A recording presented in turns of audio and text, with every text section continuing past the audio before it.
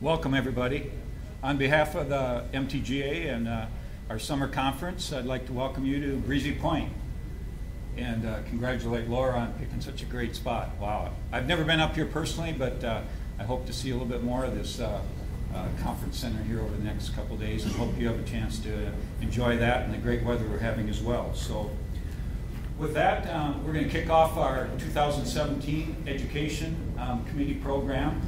And maybe just to give you a little bit of background, we do have some information on the tables, and so we do have the committees, I think, listed on your tables, but I just wanted a quick shout out to our Education Committee because they do a lot of work putting this entire conference together and coordinating it so that it's relevant and meaningful and real time for the people that attend here today. So with that, Pete Klophocky, raise your hand. Everybody knows Pete, okay. Paul Visted, Paul, okay. Dana Nelson was not able to be here. Unfortunately, his farm experienced some of that damage from that storm about a week and a half ago. He's just kind of southwest of Alexandria, and I think high winds and stuff hit some of the breeder farms up there. So anyway, that's where Dana is at this point in time. So Sally Knoll. And Sally's also going to speak here a little bit this afternoon. Nancy Cathari, excuse me there. But of course, Nancy's just coming off of maternity leave, and congratulate her on a little baby boy. Girl, excuse me. Get out there. Max Delo. Yep, Max is here. And then Abby Noy. So Abby as well, so helped us out and made some changes. So our committee tries to put together a package for the entire program over the next couple of days. But we look at what was relevant in Atlanta earlier this year. We talk about topics that were at the MPF in Minneapolis, St. Paul, and what was successful there and what was relevant to the constituents and people that are involved in the turkey industry. So we pull that together.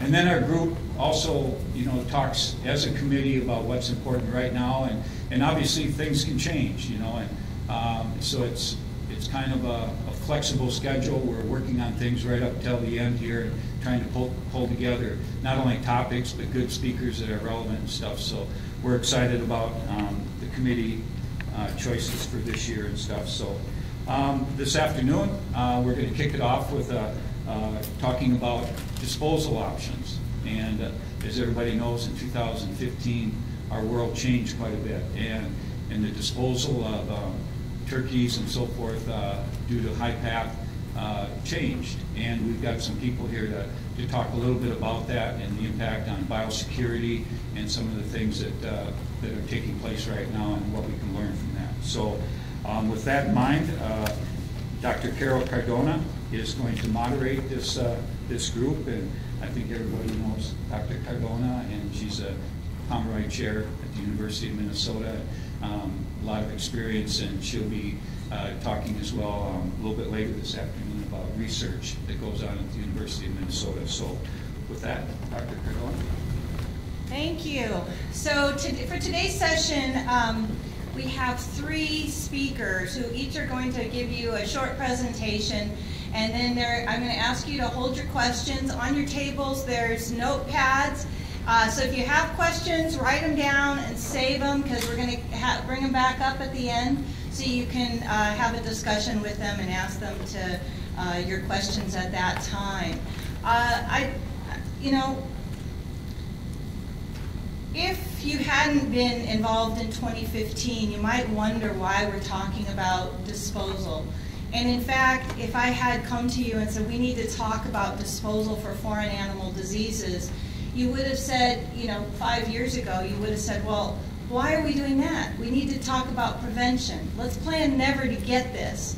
And then if we do, well, that'll be down the line. But you can sort of see now, after going through 2015, exactly why you need to talk about this on the front end of any foreign animal disease. And that's because disposal can become a big part of exposure. So if you can't dispose of things, things are going to have, you're going to have big problems. In the 70s in California, when they had exotic Newcastle disease, then called velogenic Newcastle, they were using lined landfills. They quickly ran out of space, and that became one of the major ways that people's farms were exposed, is by simply leaving those birds out. They couldn't find enough landfills. So with that, our topic is disposal. So I too congratulate the Education Committee, because this is a good topic. So our first speaker today is Dan Hildebrand. Most of you know him from working at Central Byproducts, and if you read in his biography that's printed in your program, you'll see that it says he spent his entire nearly 40-year career in the rendering industry working for Central Byproducts. So I did a little investigation on this and found out that, in fact, Dan's very first job was as a maintenance man in a nursing home. So he got his love of work in that place, and then he went to Central By and worked his way up. So prominently, he's been instrumental in setting up biosecurity programs for collecting daily mortality in grower facilities. And he's going to talk to us today about rendering. So, Dan? Welcome. Thanks for Scott for inviting me up. I got to tell you that when I was first approached by, and would have been an individual employee of the Shenandoah Turkey Store about doing a presentation on the daily mortality, I was under the impression that I would probably be coming to their office and doing a meeting with that group in general, until I got the paperwork in the mail and said, oh, we're going to go do the Minnesota Turkey Association. So that's good. I'm glad to be here. My first job she talked about is being a maintenance man in a nursing home. I wonder how that would have worked out if it had just stayed there. Instead, came to Central Byproducts and been here for nearly 40 years. Worked in a lot of different capacities, and probably not ready to retire for quite a while yet. Our paths cross every day. We pick up from farms, we pick up from the harvest facilities, and we also deliver to the feed mills. Because when we go forth, they'll be able to identify all that stuff. So we're not strangers, and maybe I'm a stranger, but our company sure shouldn't be a stranger. So.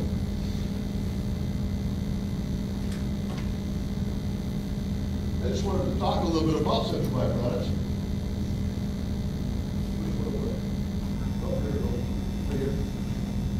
About Central Byproducts right there. We have processing facilities in Redwood Falls, Long Prairie, and now Estherville, Iowa. We just purchased a rendering facility in Estherville, Iowa 2 years ago, and that worked out well. Of course, everything right along Highway 71, it seems like, but for the most part, it's worked out well. We have established the mortality collection routes in place right now. We've been doing it for quite a while, and like Scott said, back in 2015, it changed our lives, and it changed ours as well, because we do it a whole lot differently now than we did back then. We collect and recycle the animals from all the turkey harvest facilities in Minnesota. That would be anything that, of course, we don't eat, comes back to Redwood Falls or Long Prairie for the most part. And probably the biggest thing right there is from our collection, not necessarily from just the collection of the harvest facilities. We provide 70 semi-loads of meat and bone meal and 50 semi-loads of yellow grease to the Minnesota turkey growers each week. So that's a lot of stuff we got going on.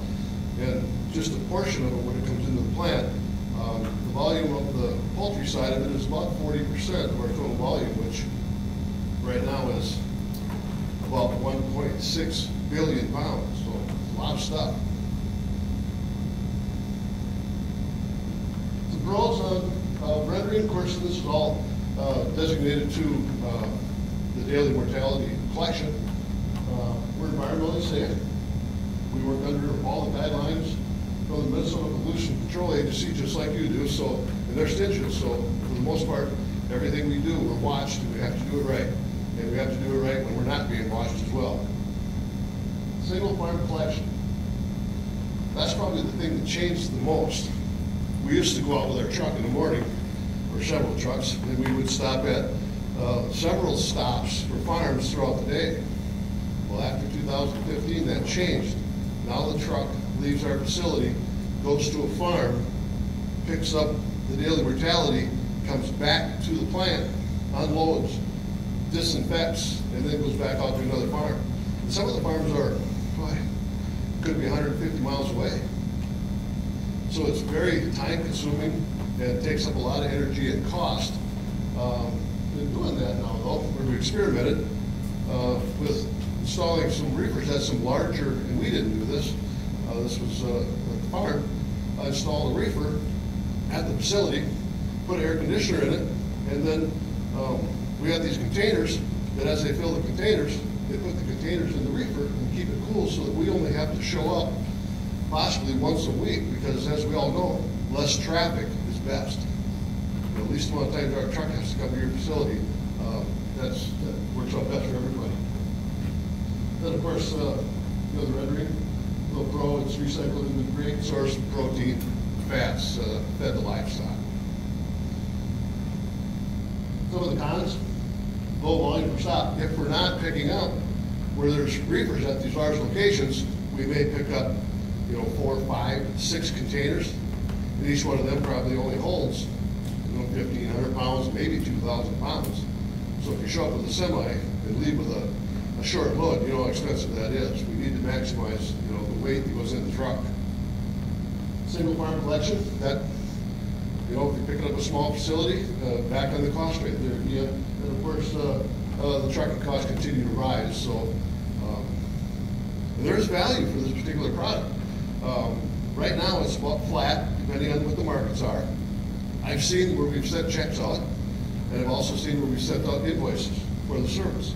But right now with the market running at wheat and bone meal $225 a ton, and yellow grease is about 25 to 26, we're pretty flat, and it's not costing or there's no value. So it's a good service.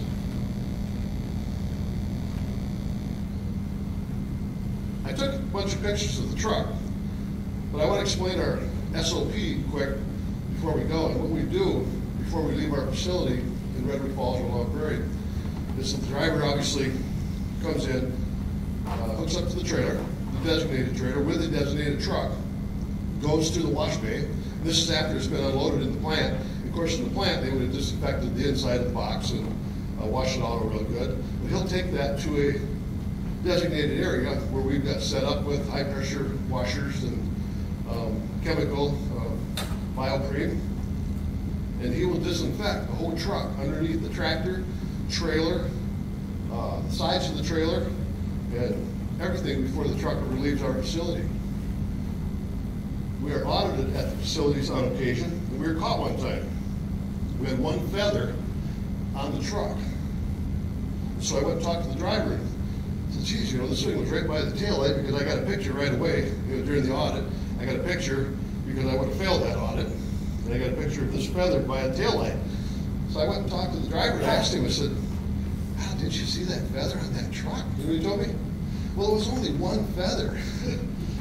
So we failed to educate him that we're 100% in on this deal and not, you know, 99.9%. So for the most part. But our trucks are all set up. Back to when the truck goes in and it's totally disinfected. The tank on the front of the truck, which I'll show you here, there's a tank on there where we put this biocreme in there mixed with water. That product right there is filled up. The sprayers are all checked. When he leaves the plant, he runs the sprayers on the truck, because the truck is all set up with a sprayer button inside the cab where he turns it on and it sprays all the wheels. And here's one of the wheels right here. This is the way it's set up on the truck, where it would be spraying the front wheel right there. And we spray that down the driveway and shut it off, of course. And then about 100 feet before we enter into the farm, he turns it back on, just so that we can disinfect all the wheels again before he were to enter into the farm. This is just a picture of the tractor. You can see one nozzle forward, one nozzle backward. And of course the trailer.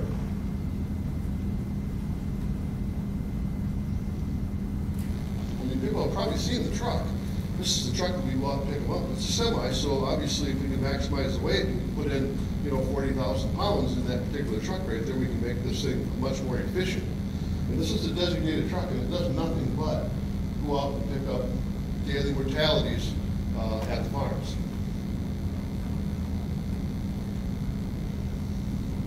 There's the washer on the front of the truck. Truck's also set up with a high-pressure power washer for additional cleaning if needed. If the containers are getting in really tough condition, he can spray them off. And we also send crews out there to do maintenance on the containers because the lids, for whatever reason, they do get busted off, and so we're out there making sure that everything is covered up. But the best case scenario is if we can get them inside an environmentally controlled facility so that the product stays well. Otherwise, it sits in these black containers, and we all know how long it takes for a turkey to start decomposing after it dies. Like it starts right away. If we have to sit in the containers for a couple of days, pretty soon you got a ton of flies, and just a lot of bad things can happen. So we're set up with them as well.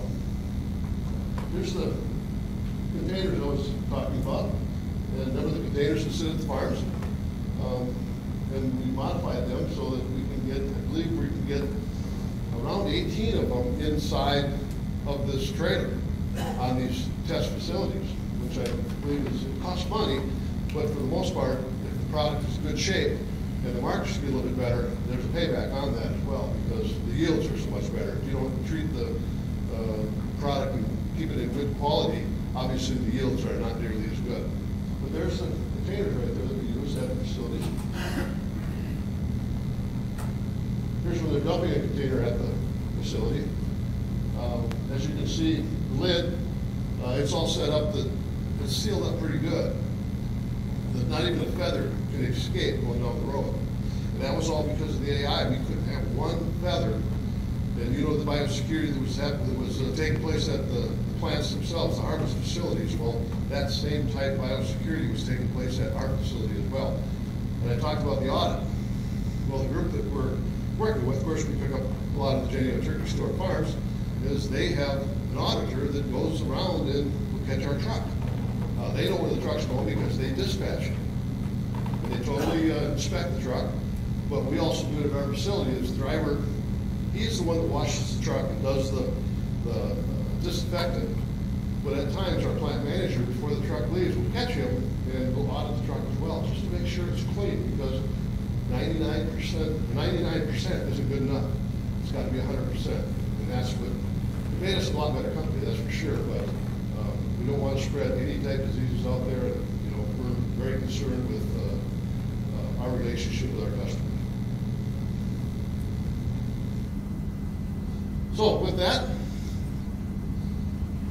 hopefully it was educational for you, and find that we're out there doing the right thing, and we want to continue. So.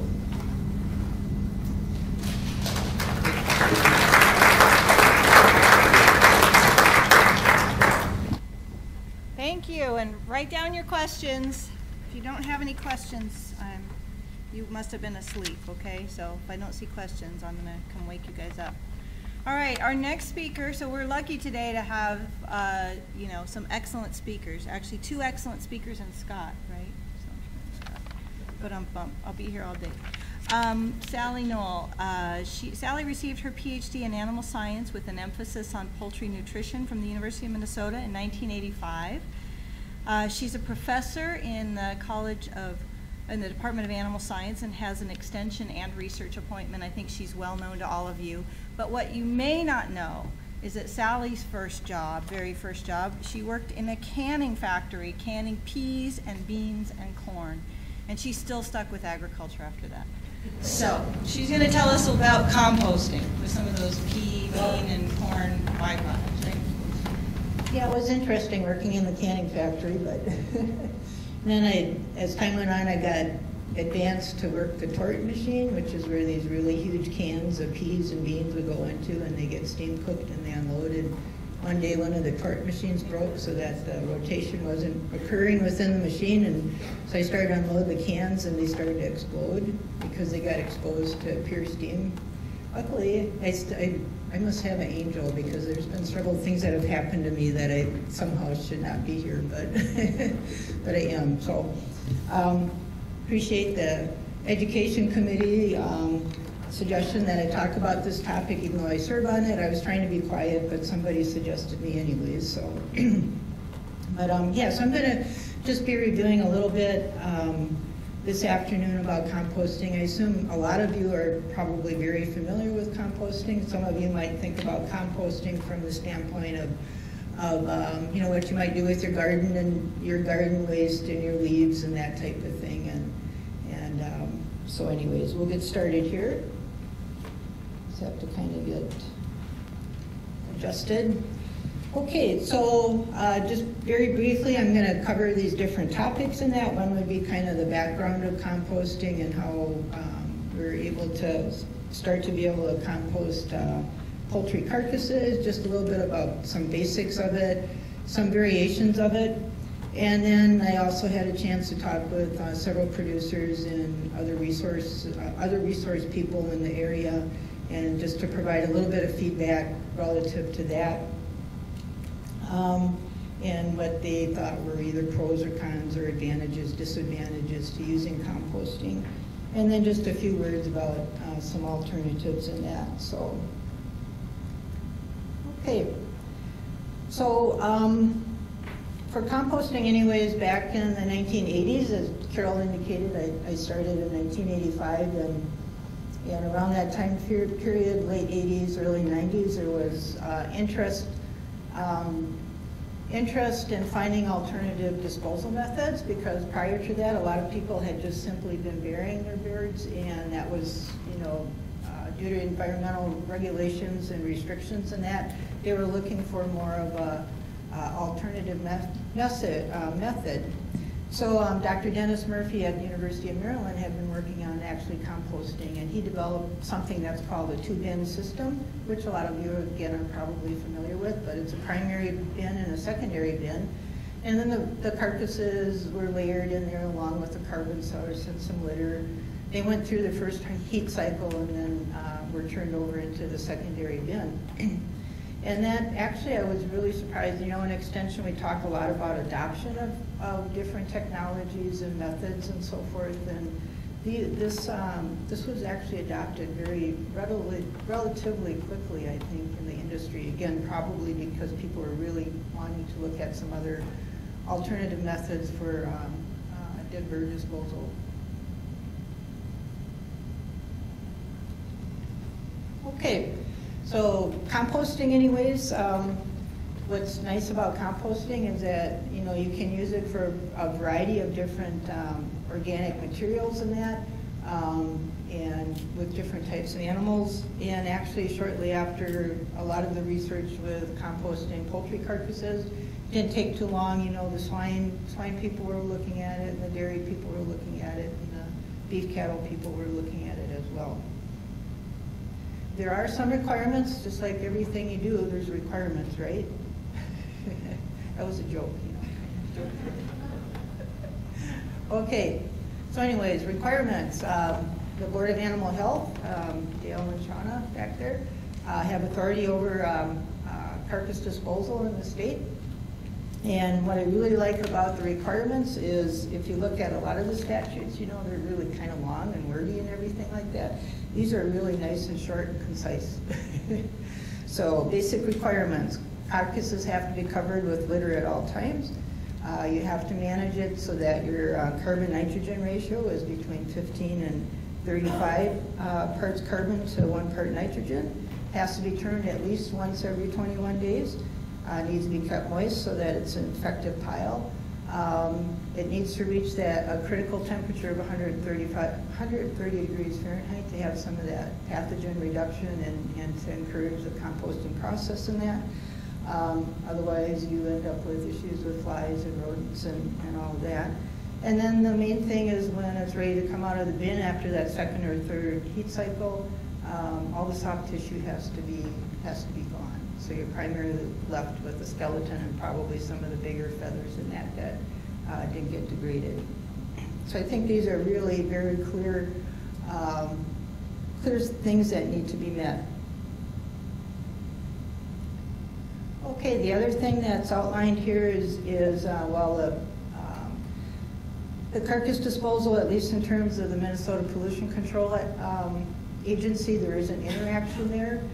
For those of you that are covered under feedlot permits and that, your dead bird disposal will also be incorporated into that permitting system. So they're just interested in anything that might cause runoff or pollution or something from the composting of the dead birds.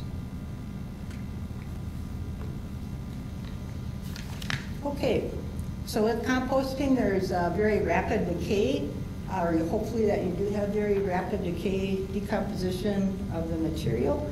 And if you keep in mind the requirements, needs oxygen. It's an anaerobic process because if it goes, it's an aerobic process. If it goes to anaerobic, you'll notice it right away because it will create a lot of odor. The bugs, the bacteria and fungi that are in there, and we want those to populate the compost, they have nutrient requirements just like we do, and so they need that base of carbon, they need that nitrogen in there to start to proliferate. The other thing that sometimes forget about is porosity. So we need that oxygen to get into the pile. And so if you have a pile that's been very highly stacked, compressed, or made up of a lot of fine material, it's going to delay that process because there's no way for the oxygen to get into it unless you're doing some kind of forced air ventilation on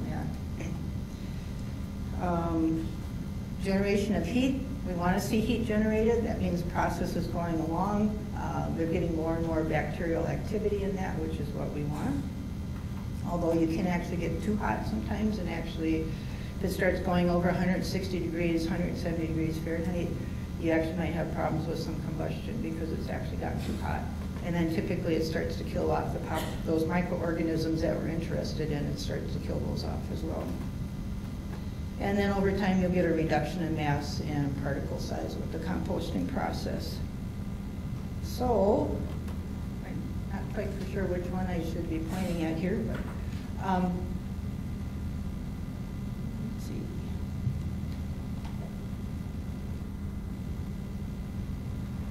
Laura, do you know which one is the pointer? Oh, okay. Okay, got it. We'd have to find another pair of glasses for you again. So, anyways, so when we're looking at the carbon, nitrogen, and moisture sources, then obviously we've got the carcasses. But what you notice, anyways, is with that carbon nitrogen ratio is 5:1. So that's really way below the optimum, right? And then if we look at the turkey litter or poultry litter, it has a carbon nitrogen ratio of 3 up to about 16, and these can be really variable depending upon if it's material you skimmed out, if it's, if you've cleaned out the building, if it's from a brooder or a blower house, these are all going to have, or if it's cake material, it's going to have a lot of variability in it. So then, if we're thinking about that carbon nitrogen ratio in the carcasses and in the litter, again, if the optimal is about 25 parts carbon to 1 part nitrogen, we still need some more carbon, right, to get this to work? Okay, so then we have to come in with some other materials, and so we need some other carbon sources. So typically people use wood chips, wood shavings, straw. A lot of these are commonly used, but what's kind of nice about the wood chips and the straw anyways is that you can, again, get some additional porosity that's going on and allow oxygen to permeate that pile. Okay, so basic for composting in bins anyways is that you'll have it's a 2-bin system, as I mentioned, primary bin to start out with, secondary bin to kind of finish off the compost process, and it's essentially all about building layers.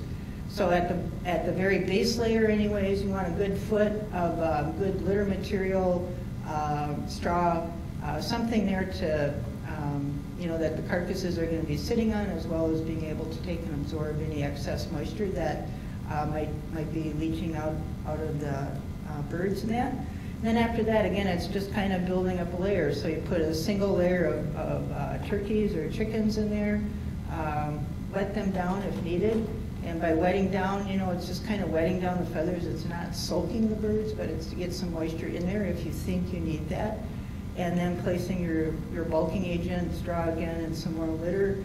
It's very important for each day's mortality, even if you don't fill up that whole bin space on that certain layer, you know, to make sure everything stays covered until the next day. And then finally, after you know, it seems like most of these bins are built to be about 5 to 6, 7 feet high. You know, probably terminate adding any more layers around 5 feet, put on that final cap of litter, and then it's ready to go. So, if it goes well, you can have a happy face, okay? So you've temperature got up above 120 degrees Fahrenheit within a relatively short time, which means the pile was properly constructed. But you're going to have to continue to measure that temperature because you want that temperature to go up above 130 degrees Fahrenheit. And then it also gives you an indication when you need to turn the pile again as that temperature starts to decrease after about 10 to 14 days of cooking. And then depending upon the size of the bird and what you're doing with your operation and that, you know, for sure going through a couple cycles and then maybe more cycles depending upon what you're going to be doing with that product and that.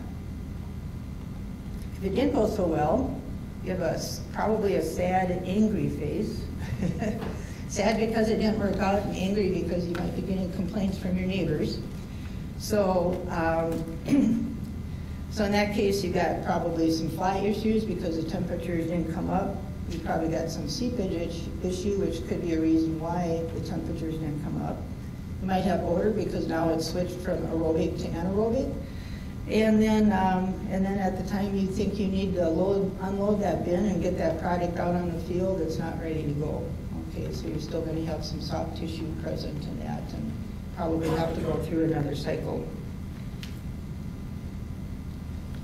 Okay, so in talking with various people on that, some of the feedback that I got on the composting ways, and Carol had mentioned earlier about, you know, with dead bird disposal and the risk associated with highly pathogenic avian influenza.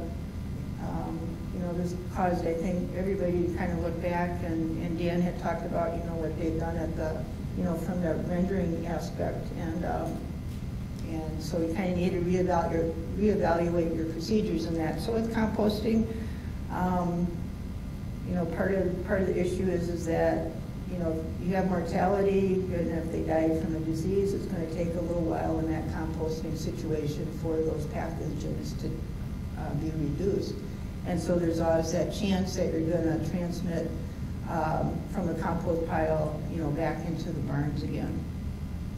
And so that can, you know, again, lead to a risk of introduction for disease, which just means, you know, part of it is managing the traffic between the barn and the compost pile. When does that get done? What equipment are you using? What precautions are workers taking and that type of thing. I hope I'm on the right one. Oops, I'm sorry.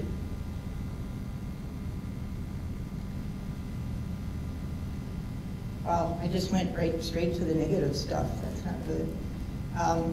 So let's go back to the positive stuff. Sorry about that. So obviously it has nutrient value. Okay, so once it's been composted, like there's been composted, it's got nutrient value, and so it's a nice way to be able to capture those nutrients and be able to take and utilize those. Let's see here. And then a couple of other things that people mentioned, you know, about really keeping that well capped, because as it composts, you know, some of those upper layers and along the sides in that may start to kind of compress a little bit. You may start to see parts of the bird's legs and wings or something, feet sticking out of there. And so it's really important to keep those piles really well capped. And then for those that want to do composting, you know, when I talk to people, people really like this method for disposal, and they really believe in it. And so and I think that translates then into the process being carried out better. Okay, so if it's just a job for somebody to put, you know, birds into the compost heap, and it's a way for just strictly dead bird disposal, and you're not thinking about the outcomes of it, then it's easy to see where a lot of things might go wrong in terms of the actual process then. Okay, So some of this can be also mortality stays on the farm.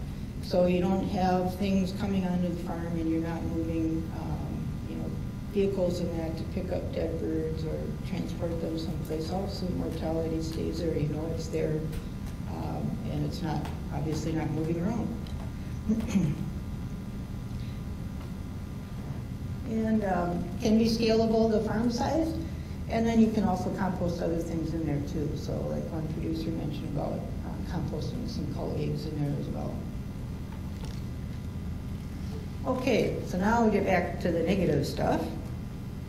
And so we have biosecurity, disease risk, which I already went through. And actually, no matter how you're handling your dead birds, and no matter how you're disposing of them, you know, this is a process to really look at closely and see where contamination may be occurring. But I think for composting, it's probably a little bit more from the standpoint, you know that those birds are going to be there for a while. Okay, poor composting process. Again, it leads to all kinds of issues of flies, odors, and so forth. And then you're not getting the pathogen reduction that you should as well. Potential issues with scavengers and pests. I think that has to relate back to the composting process and how well that's being done. But you can still have animals coming in or birds coming in and trying to get into those piles. Okay, siting. Somebody had mentioned, you know, about being careful not to site these units within the public view, which is understandable, and again, probably a good advice for no matter what you're doing with the dead birds. And then also away from the barns. So if you're worried about disease transmission between the composting unit and the barn, you know, trying to get some good physical separation there. It is labor intensive. Another issue seems to be when there's not enough capacity, and so then you're running into where you're trying to move that material through the bin system a lot faster and probably not get as good a processing as well. Particularly with the large turkeys in cold conditions, you know, that will slow up the process and you'll not be able to empty the bins as quickly. And then how do you adjust things when things aren't going right? And I think just about everybody I talked to mentioned about science versus art, okay? So there's the science, there's the basic principles and everything, but there's still art to actually managing the piles and getting the composting process completed. Okay, just a couple other comments here. Possible alternatives. One would be something that's called in-vessel composting. And in that case, there are units that are set up. It's a forced air system. They rotate, and so you get that mixing. You're getting better aeration and everything, so the composting process goes much more quickly. It's also, at least while the material's in the in-vessel composter, it's more secure from scavengers in that situation, but it still takes some management, you know, loading and mortality rates and that to take and manage around.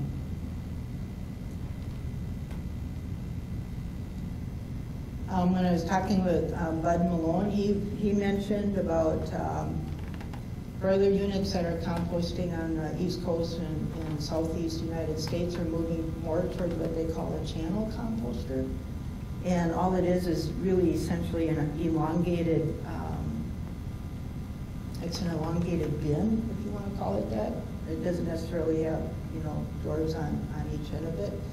And so what it allows is for, you can continue to bring dead birds in, you can continue to do your layer process, and then as you fill up that channel, you can start another channel, and then eventually take and remove that material that's in that one channel, again, take and move it to another channel or put it on a pad where it can take and finish composting in that. And at least based on his observations, it's much less labor intensive because you're probably more likely to use more mechanical equipment to take and manage this. But it does take 50% less time to take them and decompose the birds. And it's easier material handling and more complete breakdown of the carcass. So he said basically now they're recommending on the larger broiler farms or the ones that are growing the larger birds, 8 to 10 pounds to use more of a channel compost system. So our next speaker is Scott, and he's not on your bio, so I just get to say anything you want, or anything I want about him, right? So actually, I asked Scott also what his first job was, and he worked at a gas station, pumping gas, checking oil, and cleaning windshields. And I'm not sure exactly when it was that you graduated to work for Jenny O, so you'll have to tell us. So Scott's going to talk to us today about incineration. Come on up, Scott. Thank you, Carol. Well, growing up in a small town, Minnesota, Geneva, you probably never heard of that. It's down by Albert Lee, right off the 35W. 350 people, so yeah, they had a gas station. And I'm dating myself, but back then, you went out and you asked them if they wanted their oil checked, and you also did the windshield. And you didn't pay at the pump. I mean, there was no credit cards out at the pump. But probably a couple things that I remember about that is that back then it was kind of like hide and seek with where the gas cap was. I don't know if you remember, but sometimes it was behind the license plate in the back. Sometimes it was behind the tail light. You had to kind of spin open, you know, and so it was always a challenge to find the gas cap on some of the older cars. And then the other thing was to go into the gas station. I was done, and we had a box right there, and it was full of gas caps. So I just want to apologize if you ever got gas in Geneva. I didn't mean to do that, but we had a box of them. Okay, with that said, I'm going to talk a little bit about incinerators, and I'm not an expert on it, but being part of this committee, we really didn't have a company that wanted to step forward and talk about it, and we're not here to sell equipment or anything, but so I did what you usually do. You go to the computer and you Google up what's an incinerator, and a couple things kind of caught my eye on this one. Is it fancy description, but it's a thermal treatment. The other thing was that it generates ash, a gas, and also some heat. So, but I was surprised about the number of hits that people actually look up incinerators.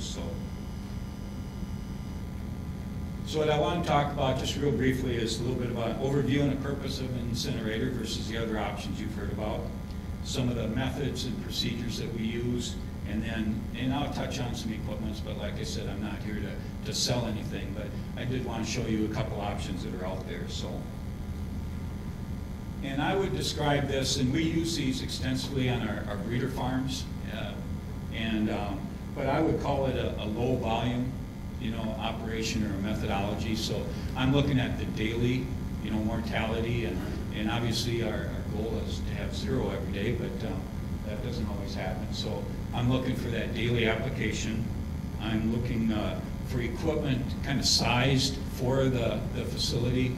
A brood barn versus a grow store versus a lay barn. Obviously the birds are a lot different size in all three. So again, there's different options for equipment size. You can keep the product right on site. So obviously that's a benefit. I feel it can be, you know, managed from a cost standpoint fairly well, and I don't know how accurate this is, but I was told it was something less than a nickel a pound to utilize this method. Of course, back to biosecurity, you keep the product right on the farm. You don't have to go down the road, and some of the other things that Dan talked about that his challenges are. So you keep everything right there. There is some risk, obviously. The natural gas or the propane prices, as that goes up, your costs go up. There is also some maintenance and PM that's required. Like anything else, you got your burning, and things don't last forever. So there is some cost from a maintenance standpoint. So there is a lot of different companies that supply equipment. And I would say the criteria that I saw as I'm reading through the materials is, again, price. You want to look at for price and see what's offered. And I think depending on who the supplier is and how close they're located to you, and you might get some variation there. But again, location of the company that you're buying from, what kind of service they provide, do they provide maintenance, or do your people have to do it, do you have to train, and so forth. And then I'm going to talk a little bit about three of the companies that we utilize and showed up quite a bit on my search. So Shenandoah, Burn Miser, and Load and Lock. So just a couple pictures of the Shenandoah out of their website.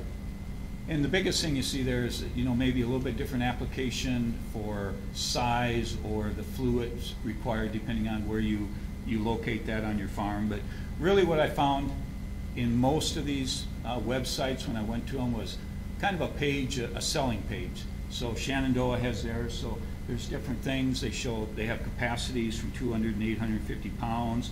Of course, they feel they're very efficient, they're very effective. And so you want to read through that and see what the advantages are between the different companies. And then obviously if you know somebody that's using this equipment, talk to them as well. But so you can see that Shenandoah has been around since what, 1962. So probably about time I was pumping gas. But this is one of the newer ones that we purchased. And the reason I selected this picture is just to show you the concrete base that we put them on, just to, you know, to get them up off the ground and make sure that you can keep the site clean. The other thing is you can see those little round discs. That's basically just weights from an ergonomic standpoint, you know, so that the door opens up and make it easier on your employees. This is just a picture of the controls. So there is some controls and timers and fans that you can run on the different equipment. So again, there is a little bit of automation to it. I mean, you don't have to stand there all day and watch this. You can load it up and it'll monitor temperature and shut down at the end of the cycle. So there is a little bit of that is attached to each different brand. A little bit different picture of the same equipment.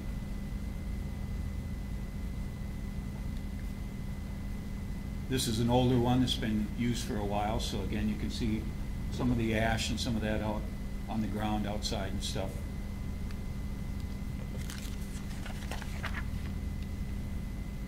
And one last picture. Burn Miser is another one that we use, and so again here's kind of their selling page that's attached to their website. So again they're talking about, you know, biosecurity and diseases and keeping Dan off your farm. They're rendering trucks,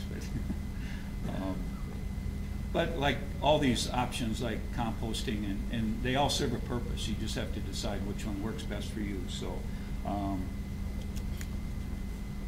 Burn Miser, so a little bit of difference here.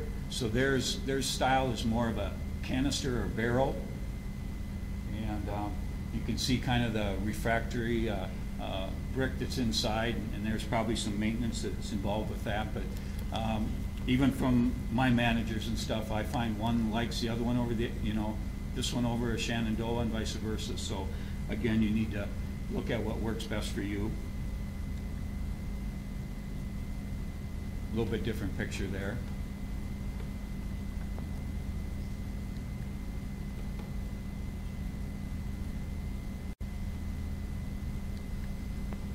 The last one I'll talk about is the load and lock. And I don't know how many times I probably started typing this lock and load, but again, this is their this is their little summary sheet and what are their benefits, and easy to use, and load, lock, and walk away, you know, and so forth. So they all have their different purposes, and they have what they call a special turbo blower. One of my managers likes this style because we can purchase more of the base model, and then we can do some of the work and installation ourselves to save some costs. So this one looks a little bit different than the other two, and this one here probably serves more of a purpose to be loaded with a skid loader. So when you open up that door, it's about that height where you can, you know, drive a skid loader or a bobcat up there and load it up from that standpoint. I thought we needed a winter picture, but so this is just a picture of the same load and lock equipment, but we built a stand to be able to walk up there from an ergonomic standpoint, so our people are not lifting, you know, a bucket or a heavy bird up. So from an ergonomic standpoint, we've just built this stand, and that is snow for you that might not be from the North Country. So just in summary, There is a purpose in the incinerators work in certain applications. You got to decide that for yourself. Again, daily, keep the material on site. Biosecurity standpoint, there is some benefits there. But there is some maintenance and some risk involved anytime you're talking about fire and employees and training and safety. So again, none of these are always that simple. But okay, that's all I got, Carol. Invite the speakers up here, Dan and Sally, and I don't know how I let Scott escape, but I should have done a body block again. All right, do we have any questions for the three of them? Okay, you don't have any questions? Yeah.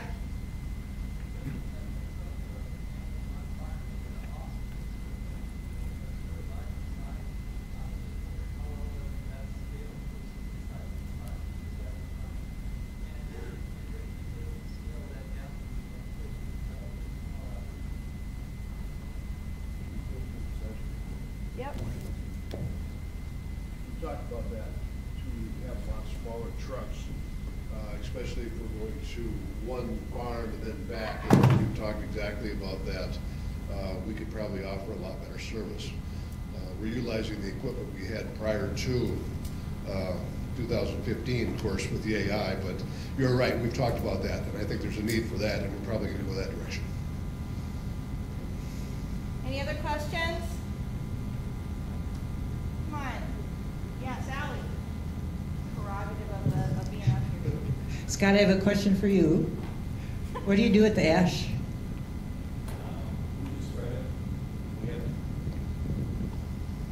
We typically have enough property around the farm that we're able to spread that ash, and the volume isn't that great. So, Questions? Yeah, Ted.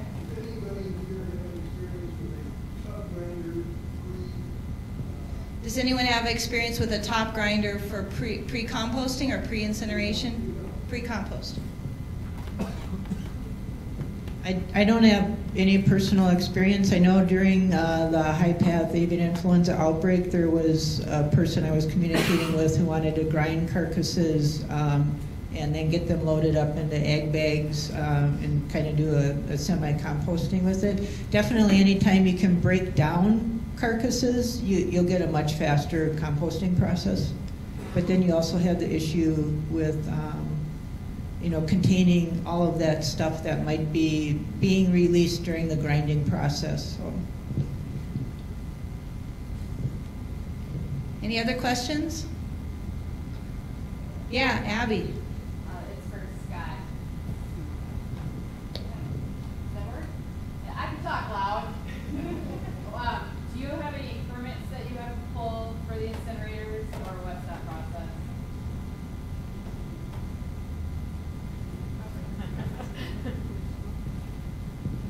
I don't know if we do. I haven't heard anybody mention that. We have them on all our farms, but that doesn't mean we haven't had the permits for a while too. So, anybody else know any permitting? You said the MPCA might. I don't know about permits, but they do have requirements relative to the type of incinerator that you buy. It's supposed to have an afterburner and not cause pollution and stuff like that. So. Any other questions? For Dan, those big black containers then, how does that cycle through from your plant to the farm then? Yeah, the container stays on the farm. The truck arrives. Yeah, the truck arrives and dumps the container and sets it back on the farm. It does not leave there. I got a question for Dana. How do you make oatmeal? Is it a certain percent pig, certain percent cow, certain percent turkey, or how do you maintain quality in that final product in various sources of mortality?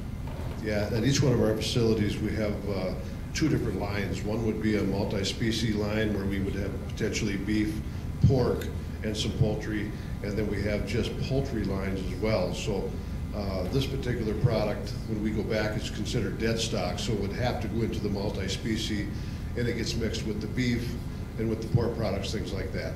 We process with an evaporator. An evaporator is fairly forgiving on the quality of product that you got going in it, although it really runs good with good quality product. But if it is just a little bit decomposed, the evaporator generally will still process that type of material. And it's processed at a temperature, 275 degrees under vacuum, so it's going to kill any the salmonellas, the Clostridium or Clostridium. All of our products going out, as far as quality-wise, we have not had a salmonella positive sample, and I would say it's been thousands of loads that have went out. We do treat the product with terminate prior to leaving the meat bone meal, just like a lot of the mills do before it comes to the farm. So we can't guarantee it, but I can tell you we're getting close. Anything else? Yeah.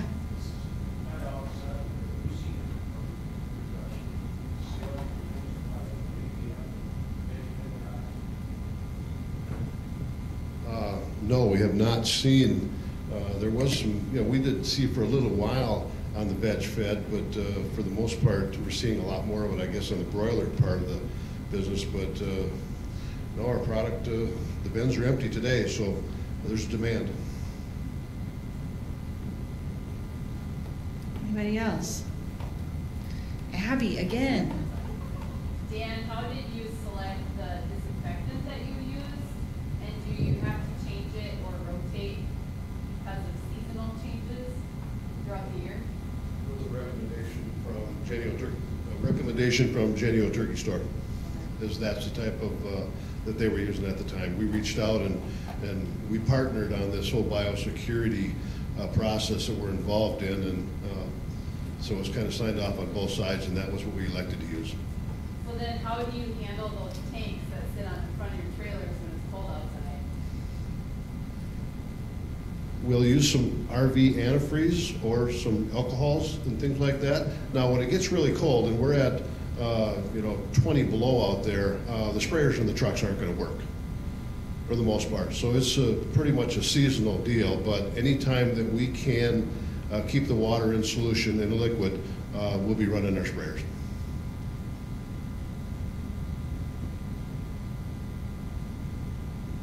Okay. On behalf of the